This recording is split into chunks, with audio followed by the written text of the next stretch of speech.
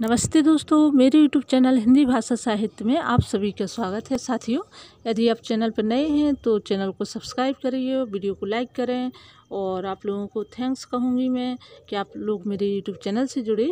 आज का अपना टॉपिक है आचार्य रामचंद्र शुक्ल के कुछ महत्वपूर्ण कथन जो कि उन्होंने आदिकाल के संदर्भ में कहे हैं। देखिए, आचार्य रामचंद्र शुक्ल के जो कथन हैं वो नेट सेट की सभी परीक्षाओं में 2-3 कथन तो पूछ लिए जाते हैं। तो चलिए देखते हैं पहला कथन क्या है उनका। प्राकृत के अंतिम अपभ्रंश अवस्था से ही हिंदी साहित्य का आविर्भाव माना जा सकता है। यह कथन जो आचार्य रामचंद्र शुक्ल ने कहा है। दूसरा कौन सा है? हिंदी साहित्य का आदिकाल संवत 1050 से लेकर संवत 1375 अर्थात महाराजा भोज के समय से लेकर हमीर देव के समय के कुछ पीछे तक माना जा सकता है। तो उन्होंने जो आदिकाल का समय निकाला है, जो उसका टाइम दिया है, वो किस में है? संवत में, ना कि सन में। और इन्हीं के जो इन्होंने डेट दी है, जो इसका संवत निकाला है, उसी को सर्वमान्य किया गया है। अगला कथन है इनका, राजाश्रित कवि और चारण जिस प्रकार नीति श्रृंगार आदि के फुटकल दोहे राज्यसभा में सुनाया करते थे, उसी प्रकार अपने आश्रयदाता राजाओं के पराक्रम, चरित्रों या गाथाओं का वर्णन भी किया करते थे।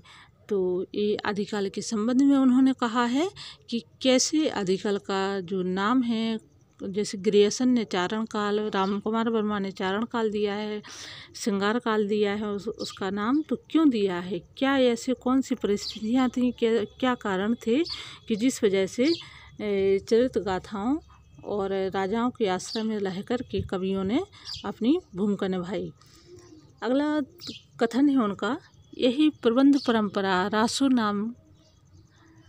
के नाम से पाई जाती है, जिसे लक्ष्य करके इस काल को हमने वीरगाथा काल कहा है। किसको? देखिए, वीरगाथा काल क्यों कहा उन्होंने बताया, प्रबंध परंपरा और रासु के नाम से पाई जाने वाली प्रवृत्ति।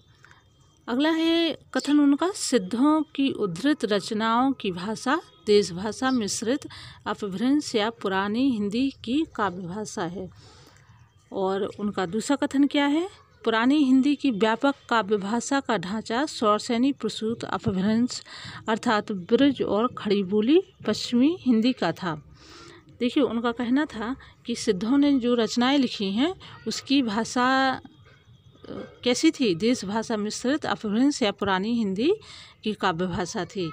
इसीलिए जो सिद्धों की भाषा जो है वो पुरानी हिंदी और अपभ्रंश की प्रथम काव्य भाषाई रचनाएं मानी जाती हैं। अगला उनका कथन कौन सा है, आध्यात्मिक रंग के चश्मे आजकल बहुत सस्ते हो गए हैं, उन्हें चढ़ाकर जैसे कुछ लोगों ने गीत गोविंद के पदों को आध्यात्मिक संकेत बताया है, वैसे ही विद्यापति के इन पदों को भी।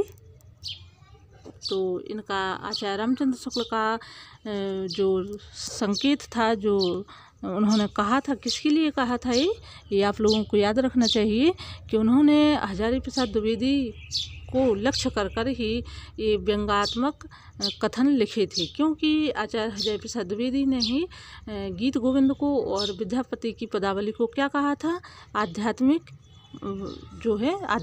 रचनाएं कही थी। इसलिए जबकि वो आध्यात्मिक नहीं थी, वो थी श्रृंगारिक रचनाएं, श्रृंगारिक पदावली। तो इसी प्रकार से उन्होंने हजारी प्रसाद द्विवेदी पर कटाक्ष किए थे। साथियों, यदि आप लोगों का वीडियो अच्छा लगता है तो आप लोग लाइक करें, सब्सक्राइब करें और कमेंट में लिखें, तो मैं और अच्छे वीडियो दूंगी आप लोगों को। जिस प्रकार से मैंने अपनी नेट क्वालिफाई की है 100% पर सेट और अपने लक्ष्य को प्राप्त किया है, मैं चाहती हूं कि आप लोग भी उसी तरह आगे बढ़ें, अपने लक्ष्य को प्राप्त करें और कम मेहनत में ज़्यादा से ज़्यादा सफलता प्राप्त करें, ये मेरा उद्देश्य है। तो आप लोग वीडियो को देखिए और सब्सक्राइब करें।